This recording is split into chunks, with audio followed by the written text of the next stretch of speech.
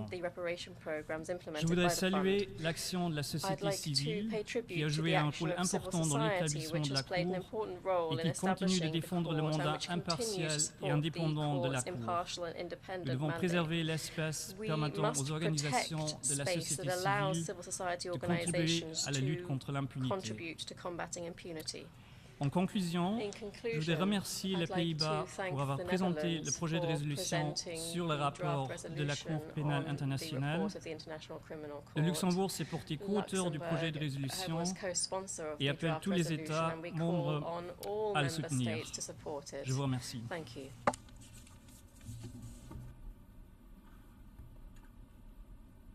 I should like to thank the distinguished representative of Luxembourg for his statement, and now invite the distinguished representative of Greece to take the floor.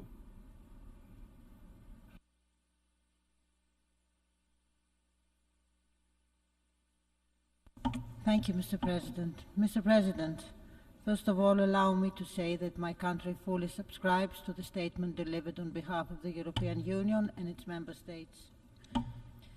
25 years ago, and after an odyssey dating back to the aftermath of the First World War, a long-standing dream of humanity came true in Rome: the adoption of the Statute of the International Criminal Court as the world's first and only permanent treaty-based international criminal tribunal of a universal character. Being a staunch supporter of the court since the very beginning, my country would like to seize this opportunity to reiterate its unwavering support to the work of the International Criminal Court and highlight its pivotal role in strengthening and corroborating the international criminal justice system. Today, the court is involved in 17 situations in 4 different continents, and as the report under discussion demonstrates, the reporting period is one of its most active periods since its establishment.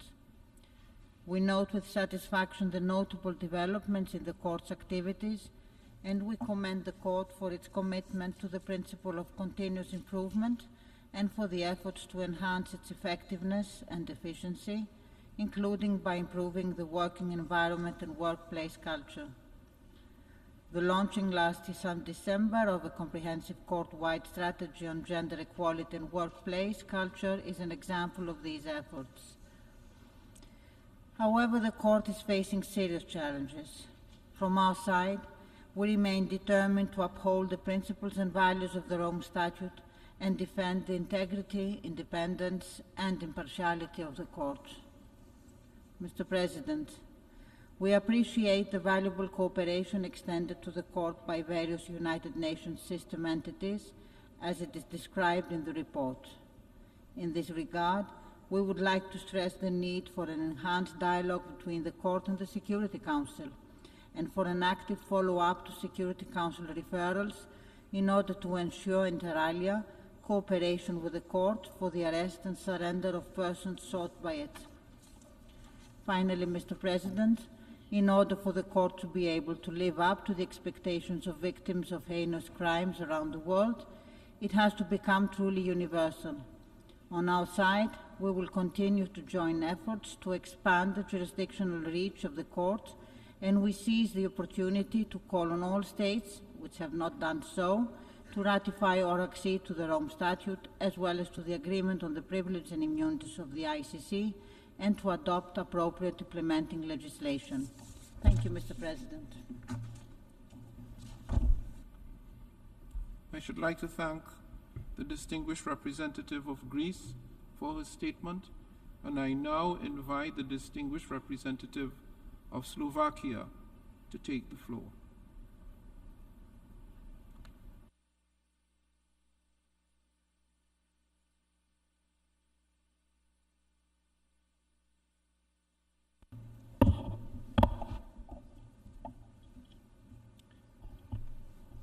Mr. President, the delegation of Slovakia aligns itself with the statement delivered earlier today by the distinguished representative of the European Union. Now, I wish to make further remarks in my national capacity. I thank the President of the International Criminal Court, Judge Piotr Hofmansky, for the presentation of the annual report and commend him for his able leadership. Slovakia has been a staunch supporter and advocate of the court from its very beginning. This year marks the 25th anniversary of the adoption of the Rome Statute, its founding treaty. It was a remarkable achievement, and the court soon became an indispensable pillar of the architecture of international criminal justice. Slovakia is committed to contribute to the strengthening of the Rome Statute system, including by putting all 4 ICC crimes on equal footing. The court can fully deliver on its mandate arising from the Rome Statute only if it achieves universality. The former UN Secretary General, Kofi Annan, once said that in the prospect of an international criminal court lies the promise of universal justice. That is the simple and soaring hope of his vision. The values and principles embodied in the Rome Statute are common to those enshrined in the UN Charter and thus familiar to all of us in this Assembly. We welcome the steps undertaken by Armenia to ratify the Rome Statute and encourage it to complete the ratification process. In addition to being the state party to the Rome Statute, Slovakia is the party to all but one of the amendments to the Rome Statute. In this regard, my delegation calls for a broad ratification and full implementation of both the Rome Statute and its amendments. Slovakia is highly worried about unacceptable threats towards the International Criminal Court for carrying out its mandate and stands firmly behind the court, its officials and staff members. We all must make sure that those threats will not interfere with the court's activities and will in no way affect its integrity, independence and impartiality, the core pillars the court is built upon. Mr. President, Slovakia notes that the period under review is one of the most active since the court's establishment more than 20 years ago. Therefore, it appreciates the court's efforts to effectively manage the high workload and other emerging challenges. We have full confidence in the court's resilience and will work with other partners to make sure that the court is well equipped to enhance it. This includes our support for adequate and sustainable financing or the achievement of the highest standard of cybersecurity. Needless to say that the elections of 6 new judges at the 22nd session of the Assembly of States Parties later this year will be pivotal for the effective and quality discharge of the court's main functions. The International Criminal Court, as any international court or tribunal, relies on external actors when it comes to cooperation. The United Nations must take more active role, in particular vis-à-vis the cases before the court based on a referral of the Security Council. Slovakia encourages the United Nations and the entities within the UN system to develop further the cooperation with the court, in particular the operational assistance in the field. In this regard, Slovakia appreciates the signing of a framework agreement between the court and the United Nations Development Programme, which would facilitate the provision of the support from UNDP country offices in relevant areas. Slovakia welcomes the news on the implementation of the reparation orders of the court and appreciates the involvement of the United Nations Educational, Scientific and Cultural Organization in the implementation of collective awards for the restoration of cultural heritage. Slovakia takes note of the high number of outstanding warrants of arrest and calls on states parties to the Rome Statute and, where applicable, also other UN member states to provide necessary cooperation and assistance for their execution. Slovakia acknowledges that the implementation of arrest warrants remains one of the fundamental challenges before the court. Finally, my delegation encourages national proceedings to address international crimes falling within the court's jurisdiction, which underlines the primary responsibility lies with states, and to give real meaning to the principle of complementarity on which the architecture of international criminal justice is built. In this context, my delegation also welcomes the decision of the Office of the Prosecutor to join the joint investigation team under the auspices of the European Union Agency for Criminal Justice Cooperation. This provides a unique platform for enhanced cooperation and assistance between the court and national authorities investigating and prosecuting crimes under the Rome Statute. Mr. President, Slovakia has co-sponsored the draft resolution on the International Criminal Court. Given the fact that the text contains only technical updates, and in line with the previous practice of this Assembly, we are deeply concerned that the resolution is about to be put to a vote and not adopted by consensus, as was the case in the past. I thank you.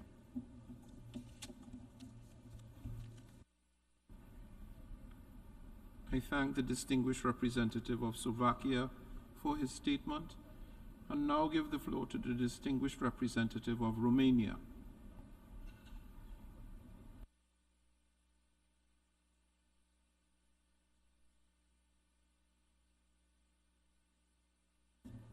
Mr. President, Romania aligns itself with a statement delivered by the European Union, the following remarks being made in a national capacity. 25 years after the adoption of the Rome Statute, the International Criminal Court is an essential pillar of the international criminal justice and a key actor in combating impunity for the most serious crimes of concern to the international community as a whole. From the outset, I would like to reiterate Romania's strong support for the activity of the International Criminal Court, which is crucial for the international peace and justice. We will remain committed in supporting the court's vital role in the fight against impunity and in providing assistance and reparations to victims of mass atrocities. The report of the ICC on its activities in 2022-2023 is eloquent as regards the impressive workload and the important challenges, ranging from limited resources to political pressures, faced by the court. Its investigations into the many situations in different regions of the world confirm the need for accountability globally. From this perspective, universality remains, in our view, the most powerful preventive approach as regards core international crimes. We welcome thus the vote of the National Assembly of the Republic of Armenia in favor of the ratification of the Rome Statute. We continue to encourage all states to become parties to the Rome Statute.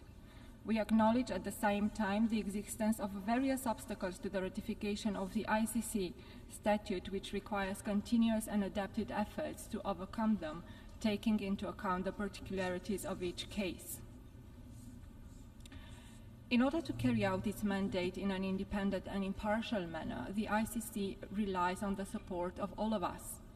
The report of the court equally illustrates the essential part that states continue to play in so many respects in helping the court to fulfill its mandate. Full and prompt cooperation with the court in accordance with the legal obligations provided by the Rome Statute, including with respect to the execution of arrest warrants, remains a key aspect. Our support relates not only to the fulfillment of the legal obligations according to the Rome Statute. We must constantly defend the court from any attempt to delegitimize it and to undermine its work, as well as from any measures and threats against it and its staff. Romania strongly condemns the measures and threats targeting the prosecutor and judges investigating the crimes committed in the context of the war of aggression by Russia against Ukraine. Any attacks at the court's independence, its prosecutor and judges are unacceptable. We stand firmly by its elected officials, its personnel, and all those cooperating with it. At the same time, we can examine potential means to reinforce the Rome Statute from within. Romania is open to working with other countries on ways to consolidate the jurisdiction of the court over the crime of aggression and align it with its jurisdiction over the crime of genocide, crimes against humanity, and war crimes. As the court is facing a significant increase in its activity, we must equally provide the necessary financial and logistical resources for the ICC to accomplish its mandate effectively. Last year, Romania has contributed to the Trust Fund for Victims and to the Trust Fund of the ICC in order to support the work of the Office of the Prosecutor. This year, we have seconded a national expert to the Office of the Prosecutor. Romania is further exploring ways to supporting the activity of the court. At the same time, we welcome the launching of the strategic plans for 2023-2025 of the court, the Office of the Prosecutor, the Registry, and the Trust Fund for Victims, as well as the approach to develop and adopt them concurrently. Mr. President, in our view, the credibility and legitimacy of the court depends in large measure on putting in place the necessary conditions for the election of the best candidates in judicial elections. Guided by this belief, Romania has presented the candidature of Judge Iulia Motoc, a candidate with established practical and academic experience in the fields of international criminal law and human rights law, following a transparent and competitive selection procedure at national level. Her selection at the upcoming elections in December 2023 would bring a valuable contribution to the court's performance. Before concluding, I would like to extend our gratitude to the Netherlands as the facilitator of the General Assembly resolution on the report of the International Criminal Court for skillfully steering an inclusive negotiations process. Romania fully supports and has co-sponsored the text similarly to the previous sessions. We were very much hopeful that these texts were adopted by consensus, as it has been in the past, as the reflection of the value of the court to the entire international community. However, as we have heard, a vote to the resolution was called for. In such context, we encourage all states to co-sponsor the resolution and vote in its favor.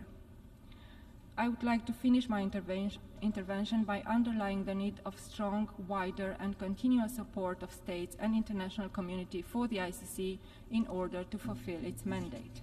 I thank you very much, Mr. President. I thank the distinguished representative of Romania for her statement, and I now give the floor to the distinguished representative of Mongolia. It's coming.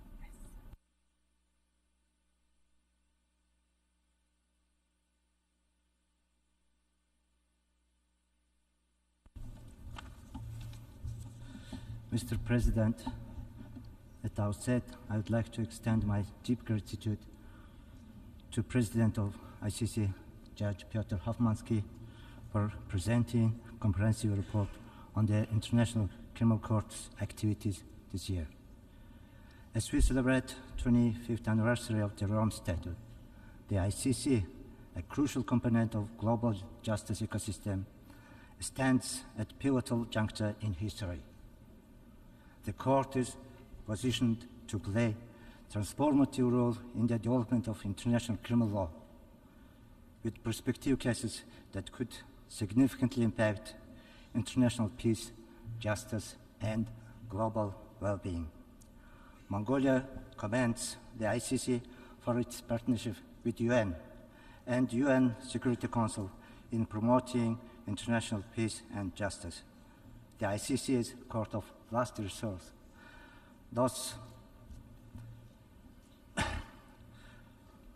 making principle of complementarity a key component that balances national sovereignty and international justice. We welcome the court's desire to include the capacity-building elements with the United Nations in the national judicial reform as suggested in the report. Furthermore, we also encourage fostering of partnerships and technical assistance among states, the ICC, international organizations, and civil society to build and enhance internal capacities of states for investigation and prosecution of international crimes. Mr. President, Mongolia advocates for effective victim participation in court proceedings. We commend the ICC's dedication to victims, especially through the Trust Fund for Victims, which has positively impacted nearly 17,000 individuals. However, we also recognize that consistent financial backing is essential for sustained operations. With this in mind, we urge member states to diversify funding mechanisms and explore collaborative partnerships to enhance the Trust Fund. In addition, we stress the need to support courts' initiatives to identify and seize assets linked to crimes, which also pivotal for offering reparations to victims. Mr. President, Mongolia acknowledges the critical importance of diversity and regional representation among the judges and secretariat of the ICC. Further, we stress the necessity for ICC to adopt active recruitment policies aimed at diversifying its staff geographically. Such diversification not only enriches court's institutional culture, but also enhances its global legitimacy. Mr. President, the court faces unprecedented challenges such as threats, cyber attacks, and resource constraints, emphasizing the urgent need for sustained global support to uphold its unwavering commitment to justice and combat impunity.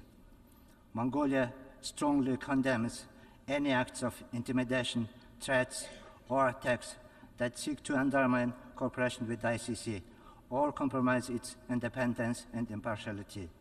Such acts not only jeopardize the court's functioning, but also pose risks to the security of its personnel and systems.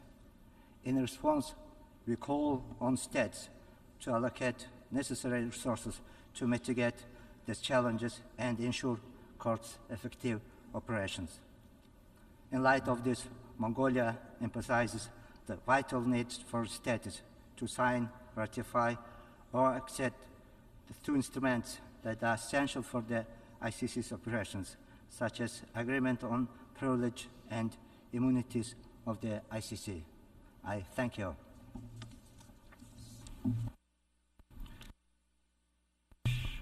I thank the distinguished representative from Mongolia, and I now give the floor to the distinguished representative of China.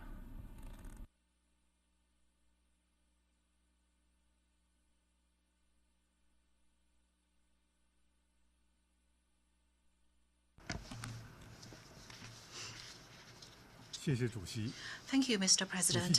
Mr. President, at the outset, China thanks President Hoffmansky for his report on the activities of the ICC, and congratulations on the 25th anniversary of the adoption of the Rome Statute. China knows that over the past 1 year, the court has cooperated with relevant countries and international organizations, pursued investigations, trials, and reparations to victims, made progress in formulating and updating its internal policies, improved its technical intelligence support, advanced the education and dissemination of international criminal law, and has been engaging relevant parties on issues of concern to the Security Council.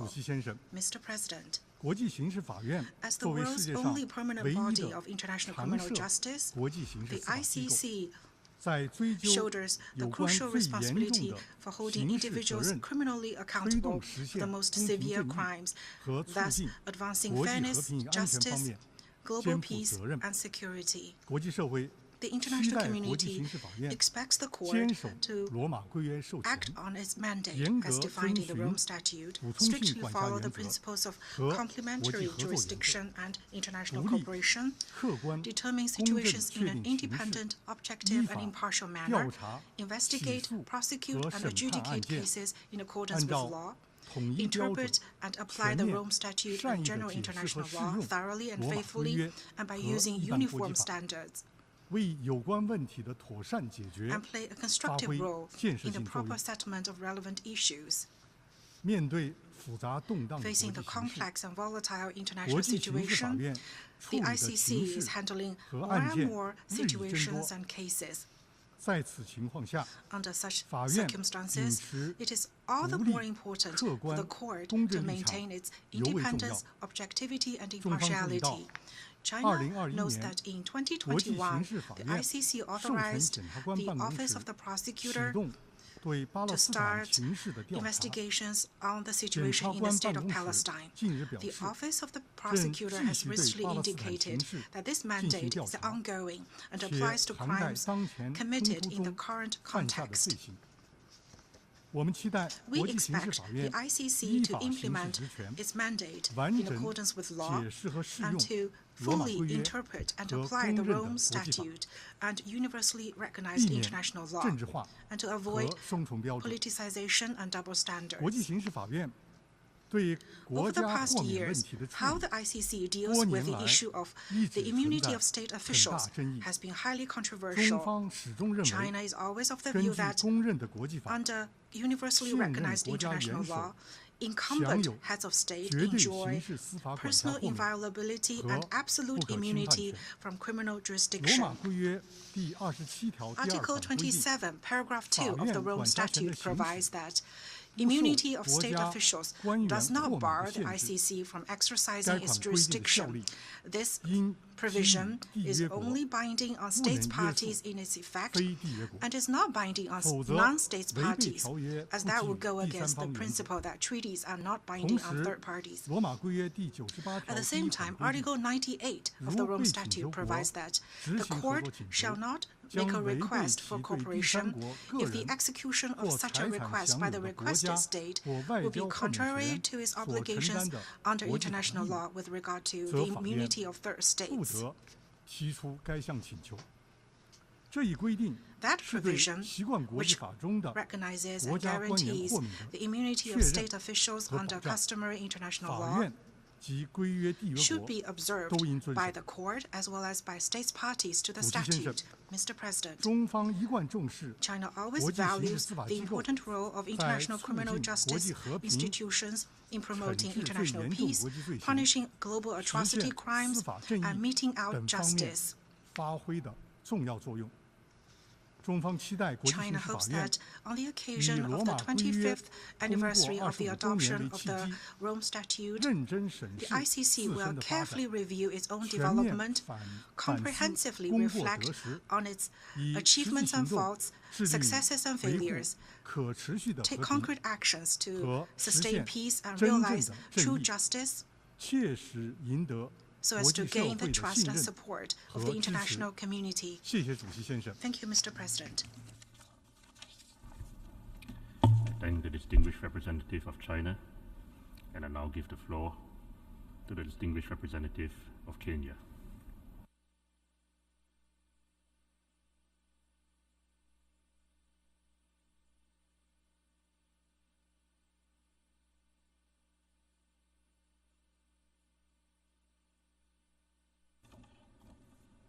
Thank you, Mr. President. Mr. President, my delegation acknowledges the presence of Judge Hofmansky, President of the International Criminal Court, and notes the report of the court submitted through the Secretary General's in document A/78/322 and its related documents. As we mark the 25th anniversary of the coming into force of the Rome Statute this year, we are reminded of why we established the International Criminal Court in the first place.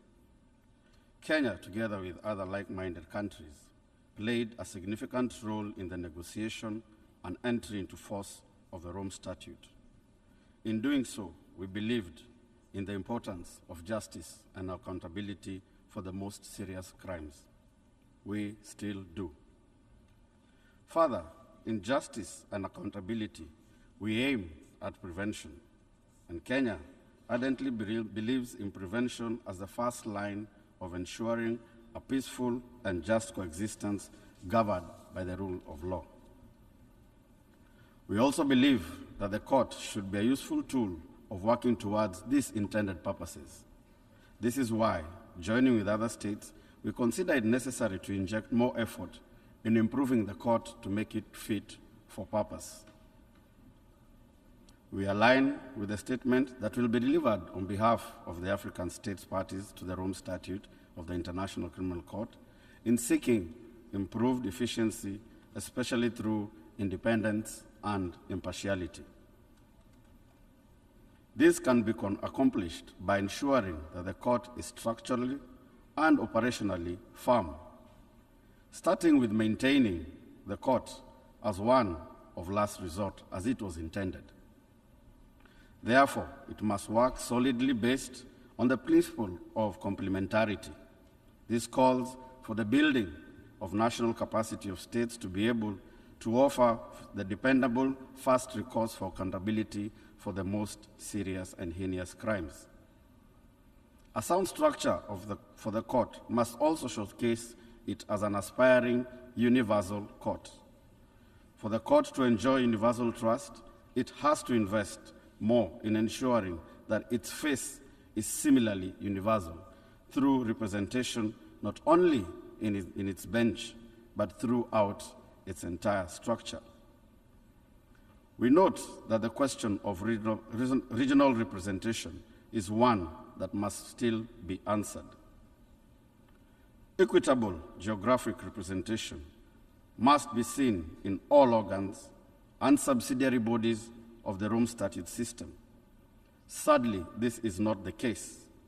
And where this is absent, Mr. President, we call for immediate remedial measures be undertaken with haste and without further undue delay.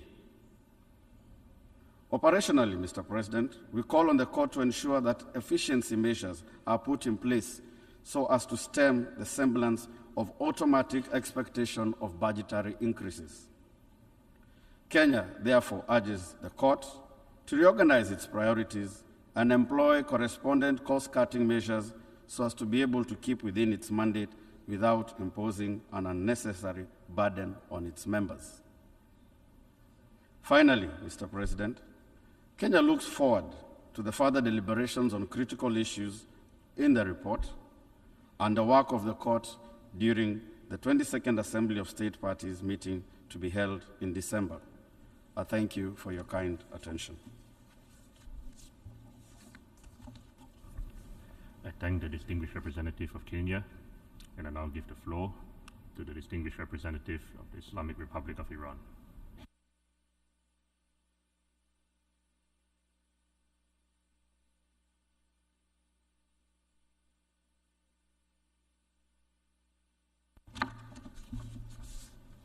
Bismillah ar-Rahman ar-Rahim.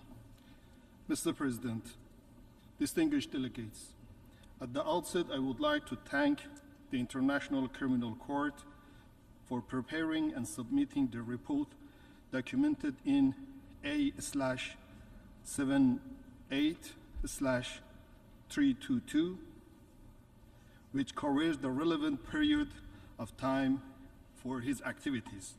And also I would like to appreciate the President of ICC for his presentation.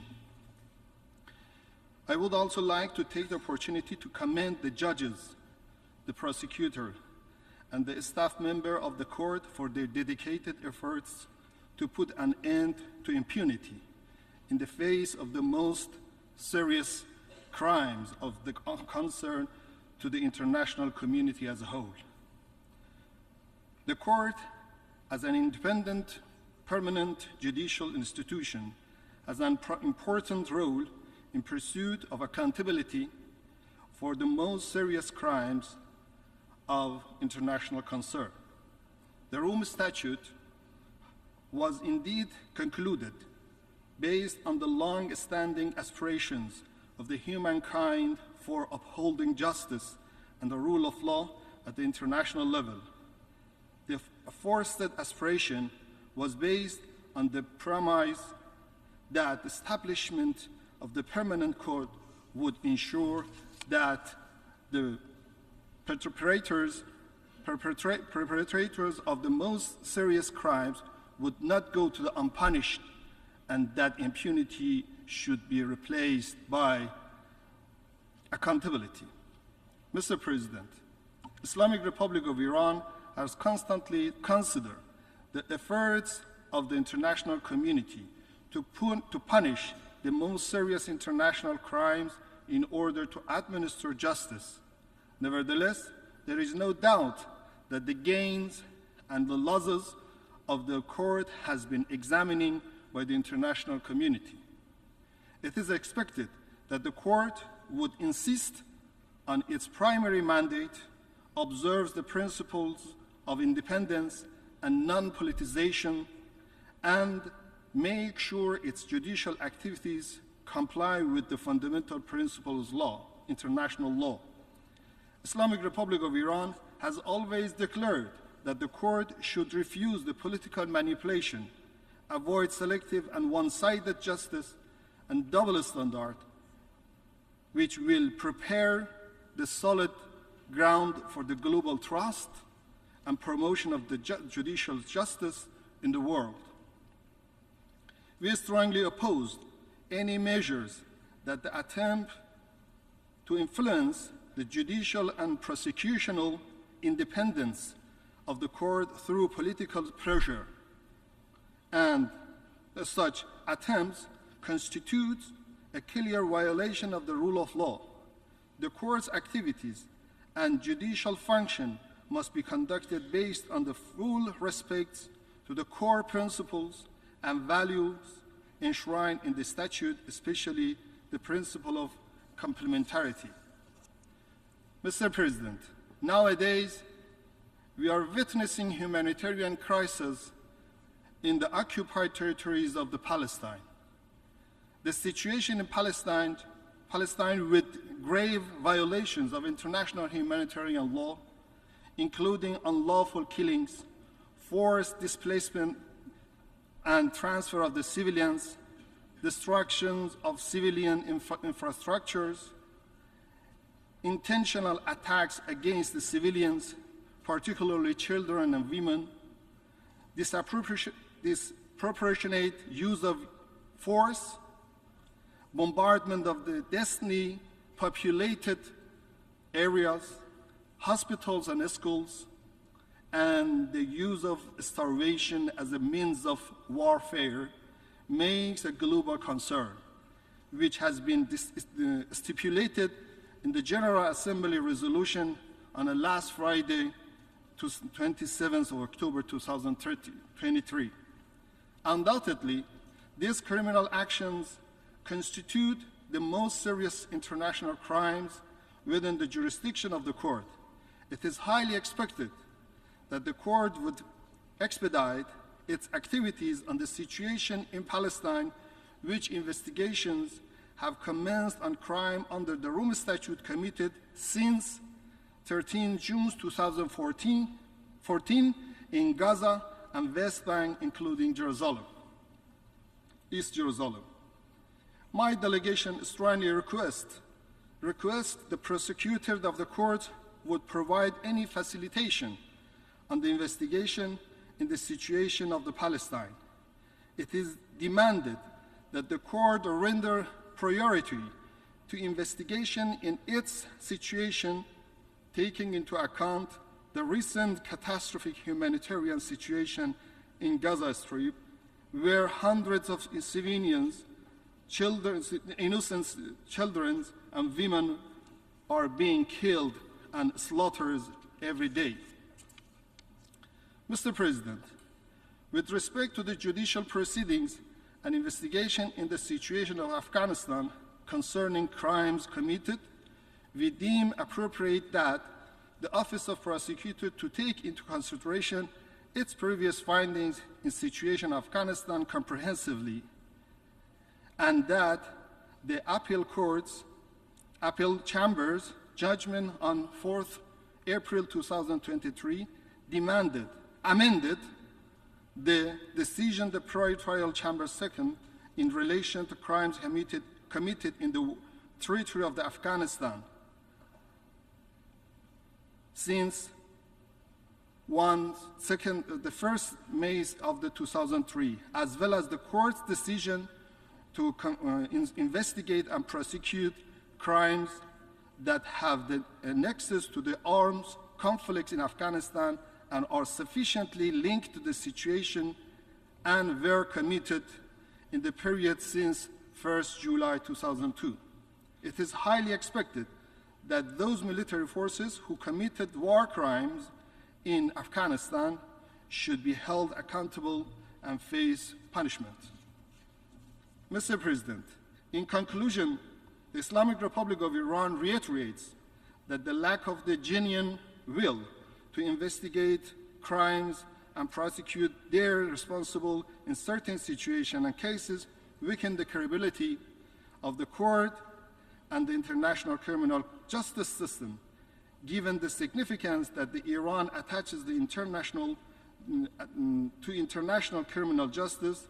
The judiciary of the Islamic Republic of Iran has had considerable activities in monitoring the developments and measures in international criminal law, particularly the issues related to the ICC.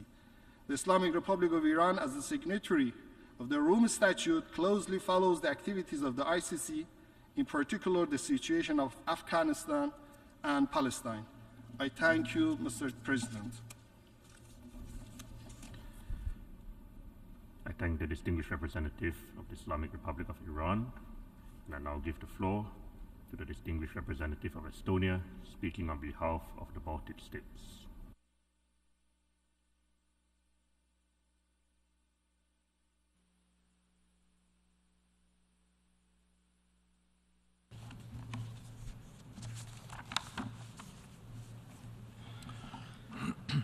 Mr. President, distinguished delegates, I have the honor to speak on behalf of three Baltic states, Latvia, Lithuania, and my own country, Estonia.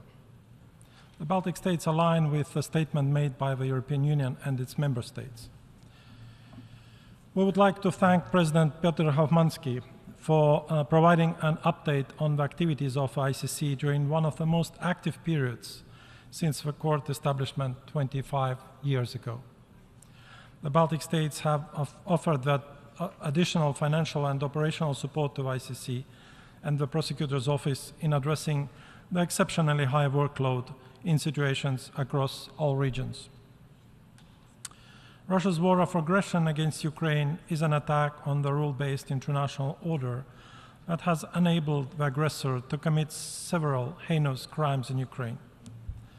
The Baltic states welcome that the ICC has proceeded swiftly and has issued arrest warrant for Vladimir Putin and Maria Lvova-Belova for the alleged unlawful deportation and transfer of population, children, from occupied areas to Russia. We urge the ICC to continue its efforts to bring the perpetrators to justice, since deportation of children is only one of many, many crimes committed by Russia in Ukraine. The Baltic states warmly welcome the establishment of a country office of ICC in Ukraine. The discussions on how to support Ukraine in holding Russia's political and military leadership accountable for the crime of aggression should continue. Ensuring full accountability for the crime of aggression committed against Ukraine is indispensable for future deterrence and critical to signal that such a crime will not go unpunished wherever it takes place. We see it as the only viable path towards justice and lasting peace in Ukraine. The Baltic states reconfirm our unwavering support for the ICC and our resolve to defend it from any attempts aimed at obstructing the course of justice that undermine the international system of criminal justice. We strongly condemn the recent cyber attacks against the ICC and the restrictive measures announced by Russia against the prosecutor, the president, and several judges of ICC. These measures constitute an attempt to obstruct the ICC's investigations, and it is a direct attack against the independence and impartiality of the court. The states parties to the Rome Statute should remain united in defending and supporting the ICC. Mr. President, regarding the 16 issued arrest warrants against individuals who have breached the Rome Statute, we call on all states to cooperate with ICC and surrender them to the court. In the Eastern European region, 3 arrest warrants in relation to crime allegedly perpetrated during the 2008 armed conflict between the Russian Federation and Georgia are awaiting implementation. We are glad that the prosecutor has already concluded the investigative process and focused its efforts on ensuring trial readiness in relation to the existing warrants. We express our deepest regret that the Security Council has not fulfilled its task in responding to grave violations of international law, referring situations to the ICC, and that some permanent members continue to misuse their right of veto. We repeat our call to the Security Council to refrain from using the right of veto in cases of mass atrocities and use its right of referral to the ICC of situations where one or more crimes, including the crime of aggression, appear to have been committed. Mr. President, we expressed our appreciation to the continuous work of a trust fund for victims in offering reparations and implementing programs for the victims, their families and communities. We welcome the launch of the programs in Georgia and Kenya this year. We welcome the steps taken to strengthen the trust fund and its fundraising capacity and efficiency. 17,000 individuals have benefited from its programs in the reporting period, but there are more victims who need help. We repeat our call to everyone to support the Trust Fund for Victims. Finally, we call on all states who have not done so to accede to the Rome Statute, including the relevant amendments of the statute, to allow the ICC to also investigate the crime of aggression. To conclude, we congratulate Armenia for ratifying the Rome Statute. I thank you. I thank the distinguished representative of Estonia. And I now give the floor to the distinguished representative of Finland, speaking on behalf of the Nordic countries.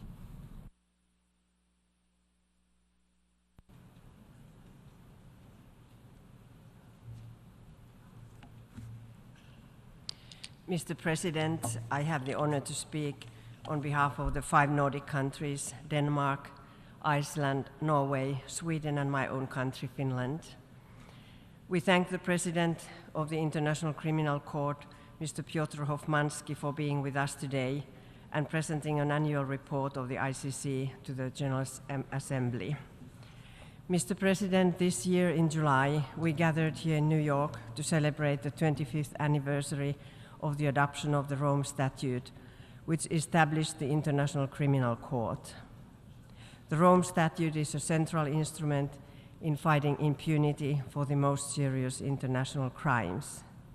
Since its establishment, the ICC has made an invaluable contribution to the evolution of international criminal justice through its jurisprudence. The ICC has jurisdiction over the crime of genocide, war crimes, crimes against humanity, and the crime of aggression. These crimes represent grave violations of international law, notably the UN Charter, universal human rights, and the laws of war. They threaten peace, security, and well-being of the world. The ICC continues to make a vital contribution to the rule of law at international level by holding those responsible for the most atrocious crimes accountable for their actions. Mr. President, the ICC is the only permanent international criminal court with a global mandate. There are now over 120 states parties to the Rome Statute, representing almost 2/3 of the UN membership. More states parties would further strengthen the universality of the ICC's mandate. The Nordic countries warmly welcome the recent decision of Armenia to ratify the Rome Statute, and we encourage all states to consider doing the same as a matter of urgency.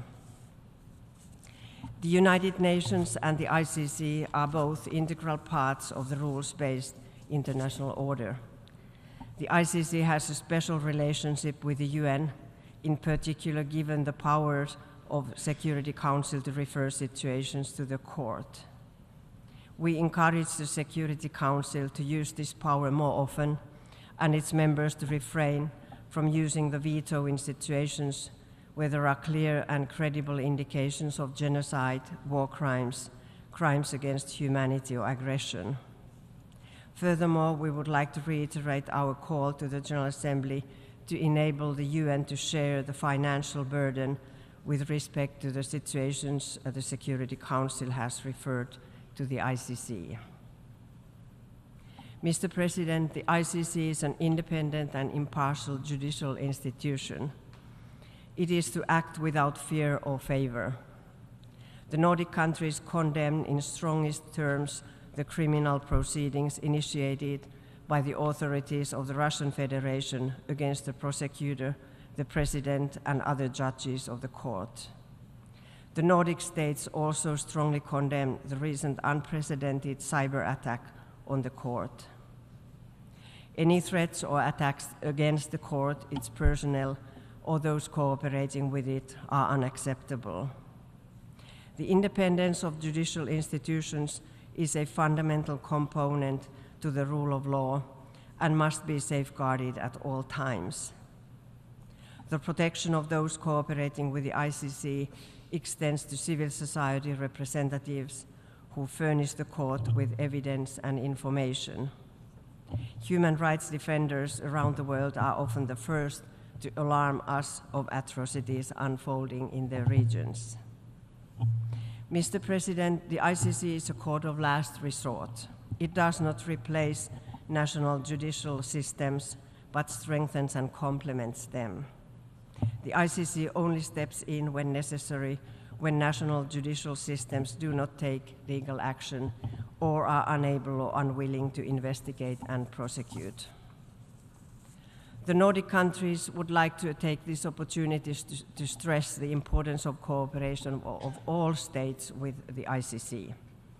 Cooperation has many forms, from information sharing and execution of arrest warrants to the relocation of witnesses and enforcement of sentences. All states, whether parties to the Rome Statute or not, can cooperate with the ICC, and we encourage all to do so. Mr. President, 25 years ago in Rome, the drafters of the ICC statute decided to create a court that would not only prevent atrocities and punish the perpetrators, but also give a central role to the victims. Victims have a right to participate in the proceedings at the ICC beyond giving testimony and receive assistance and reparation for the harm they have suffered. The Nordic countries are long-standing supporters of the Trust Fund for Victims and its efforts to provide redress to victims of atrocities. Mr. President, in conclusion, the Nordic countries reiterate our unwavering commitment to the ICC and its important role in the global fight against impunity. I thank you. I thank the distinguished representative of Finland, and I now give the floor to the distinguished representative of Uganda, speaking on behalf of the African states parties to the Rome Statute.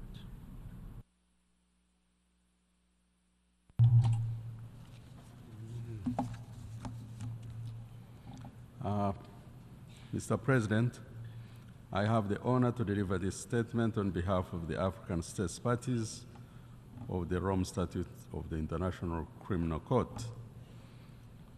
Mr. President, the International Criminal Court was created in 1998 with the legitimate ambition to bring to justice the perpetrators of the most serious crimes that affect the entire international community, and above all, to contribute to the prevention of such crimes. This year marked the 25th anniversary of the entry into force of the Rome Statute. The court has opened 31 cases in 17 situations. Most of these situations are from countries affected by armed conflicts. This confirms the continued relevance of the court in the search for international peace and justice.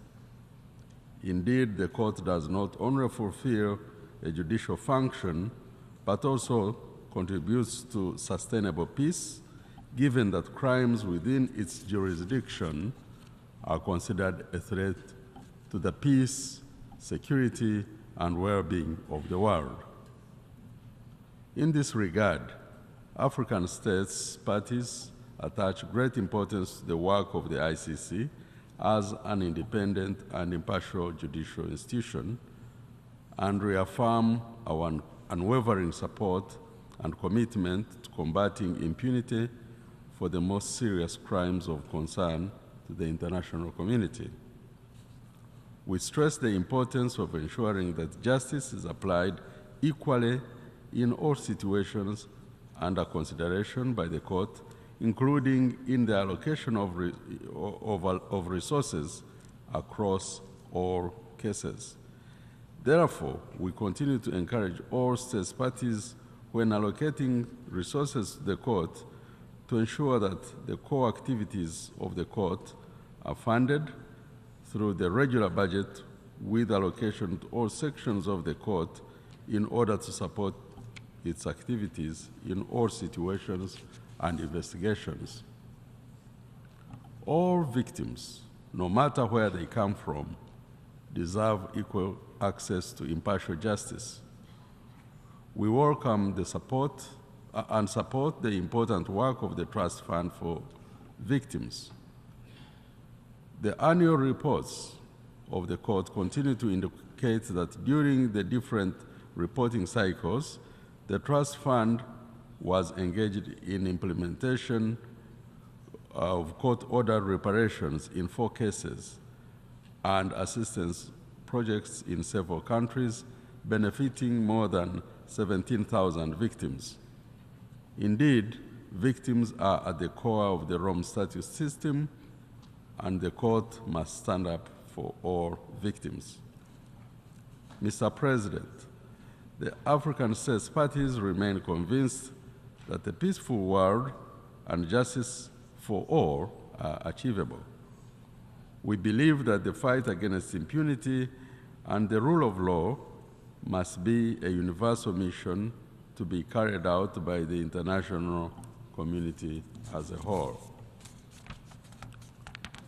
We recognize the role of the ICC as the world's first and only permanent international criminal court and as an integral part of the multilateral architecture upholding the rule of law. The principle of complementarity is at the heart of the Rome Statute. The African states parties support the ongoing efforts by the court and within the Assembly of States Parties to promote the principle which is the backbone of the Rome Statute system.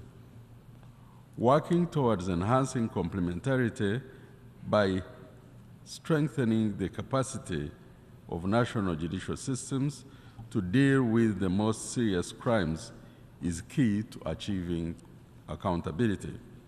Indeed, the primary responsibility for investigating and prosecuting crimes under the Rome Statutes rests with states.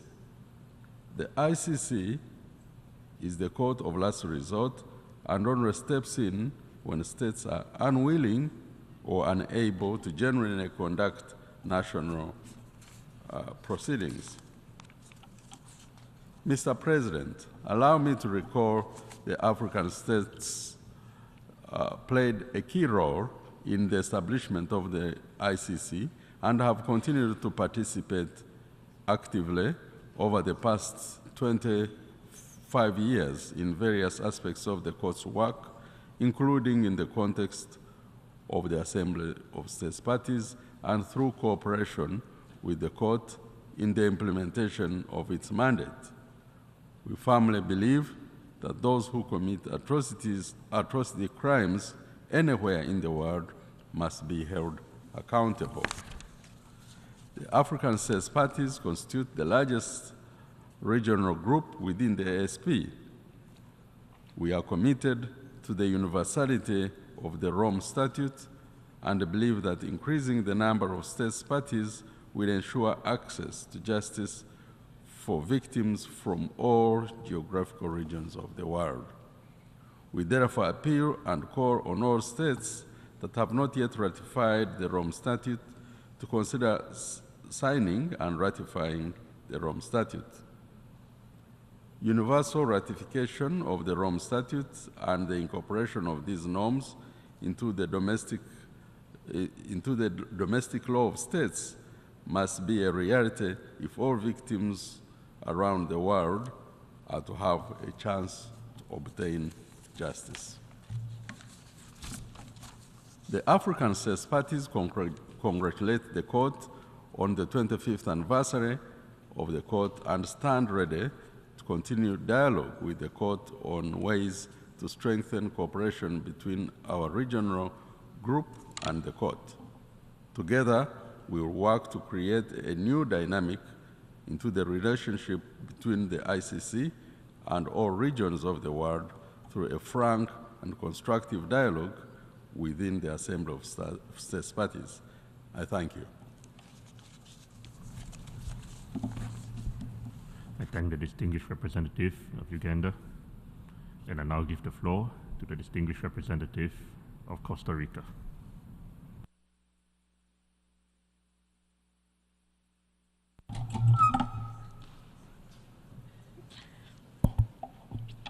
Señor Presidente, Costa Rica agradece al presidente de la Corte Penal Internacional por el informe rendido a esta Asamblea, contenido en el documento A/78/322. Mi país seguirá siendo un socio estratégico de la Corte y del sistema de justicia penal internacional. Los valores del Estatuto de Roma, el objetivo fundamental, que es el de luchar contra la impunidad por los peores crímenes internacionales y dar una medida de justicia a sus víctimas, es hoy más importante y necesario que nunca. Mi delegación recuerda que, como muestra de nuestro absoluto compromiso con la Corte, el presidente de la República de Costa Rica, Rodrigo Chávez, la visitó a inicios de este año y reiteró a sus funcionarios nuestra férrea convicción de trabajar por su fortalecimiento e independencia. Naturalmente, la legitimidad y la credibilidad de la Corte Penal Internacional depende de la aplicación uniforme, consistente y coherente de sus atribuciones. Es vital que la Corte siga sin temor ejerciendo sus funciones, dado que la lucha sincera y comprometida contra la impunidad ante los crímenes más graves de trascendencia para la comunidad internacional en su conjunto no admite inconsistencia, ni selectividad, ni criterios discrecionales de conveniencia. El derecho internacional es universal y se debe aplicar por igual. Si no defendemos con firmeza los valores en los que se constituyó el Estatuto de Roma, el anhelo por un sistema de justicia penal internacional efectivo y complementario a los sistemas nacionales, no solo será más lejano, sino que además corremos el riesgo de que se lesione y que con esto se pierdan los valores más fundamentales de la humanidad. Señor Presidente, en relación con el informe, quisiéramos destacar la importancia de una Corte eficiente, independiente y resiliente. Destacamos los esfuerzos por recurrir a nuevos mecanismos y estrategias para hacer frente al aumento en sus actividades de una manera eficiente. Esperamos que la confirmación de la condena en el caso de Ongwen y el inicio de una fase de reparación a las víctimas sea una señal inequívoca para los perpetradores de crímenes atroces de que la justicia penal internacional está cumpliendo doing its job. La remisión realizada por el Consejo de The Seguridad referral by the respecto Security de la Council situación de on the Darfur, así situation como la in de Darfur Libia, es una muestra and del that rol in Libya fundamental is que an puede example of y the debe fundamental jugar role el that sistema de the las United Naciones Nations Unidas en can la lucha and contra should la play impunidad. in the fight against Por lo que impunity. exhortamos a For los this miembros del reason, Consejo we a urge the members of the demostrar su Council to compromiso con demonstrate la their justicia commitment to international justice. Esto significa, por un lado, que el Consejo de This means, Seguridad on the one hand, exija a that the los dos Security estados Council referidos should a demand cooperar con la both Corte states a que arreste a las that both personas states cooperate with the court, sospechosas de haber arrest the cometido persons suspected of having serios committed serious internacionales international y los crimes ponga and a bring su them before the disposición. court. Pero también significa que el But it Consejo also de means Seguridad that the Security debe Council must continuar continue realizando to remisiones a la refer to the Corte court en contra de los perpetradores de crímenes internacionales cases graves against que, perpetrators of a serious su vez, international crimes representan unas de las who mayores represent the amenazas a la greatest threats paz to y la international seguridad peace and internacionales. security. En relación con el tema de la independencia de la Corte, Turning to Costa the topic Rica of the expresa independence su of the profunda court, preocupación por Costa las Rica acciones reiterates que its deep buscan concern socavar el at mandato de la action Corte a that través seeks de to undermine ataques the court's o mandate, amenazas a such sus as jueces, attacks or threats fiscales, against its judges, funcionarios y prosecutors, todas las civil personas que servants, and all colaboran other con ella. persons interacting with the Así, court. This was demonstrated most recently in acts of cyber espionage against the organization. These attempts to affect the independence of the court are unacceptable, and Costa Rica condemns them in the strongest terms. Once again, we reaffirm our full confidence in the court as a tribunal for independent and impartial justice. We renew our determination to uphold the principles and values enshrined in the Rome Statute, preserving the integrity of the court without letting it be intimidated by any threats. Costa Rica also calls on all states parties to, together, issue a strong and unequivocal statement of support for the court and for its elected officials, and to reject the unacceptable action by a state seeking the illegal prosecution of court judges and its prosecutor. Costa Rica recalls that action against the court and its officials is also action against each and every state party to the statute. This calls for robust and indisputable reaction. In closing, Mr. President, Costa Rica is pleased to co-sponsor the draft resolution of the General Assembly on the International Criminal Court, and we invite all delegations to do likewise. We hope to see an adoption with the broadest support to demonstrate our sincere commitment to the victims who today are suffering severe atrocities and who deserve justice. Thank you very much.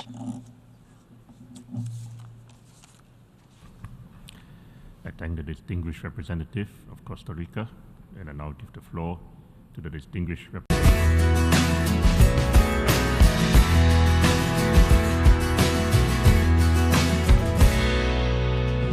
Ich lese deine Briefe,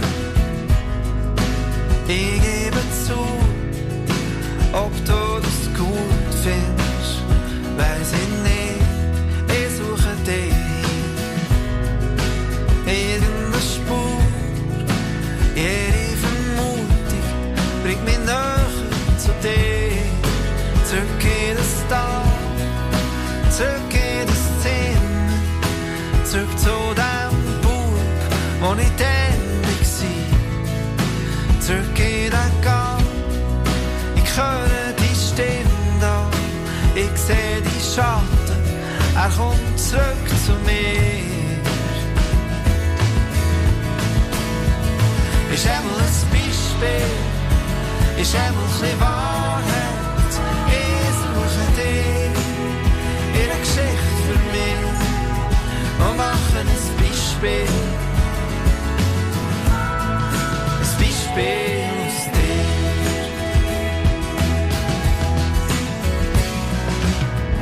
Ich lese deine Briefe, ich gebe zu, meine alten Bilder verschwimmen vor mir und alles, was mir bleibt hier, ist nur eine Vermutung, was zwischen diesen Zielen noch verborgen liegt. Alles, was dir ist zu nahe gewesen für ein Stück Papier, all das, was du selber nicht hast gewusst von dir, alles, was du später hättest du nicht umgelegt und all das, wo du die Wörter dafür nicht hast gekannt. Es sind alles noch Beispiele, ist alles ein bisschen Wahrheit. Ich suche dich in einer Geschichte für mich und mache ein Beispiel. Ein Beispiel aus dir. Ich mache ein Beispiel. Ein Beispiel aus dir. Fast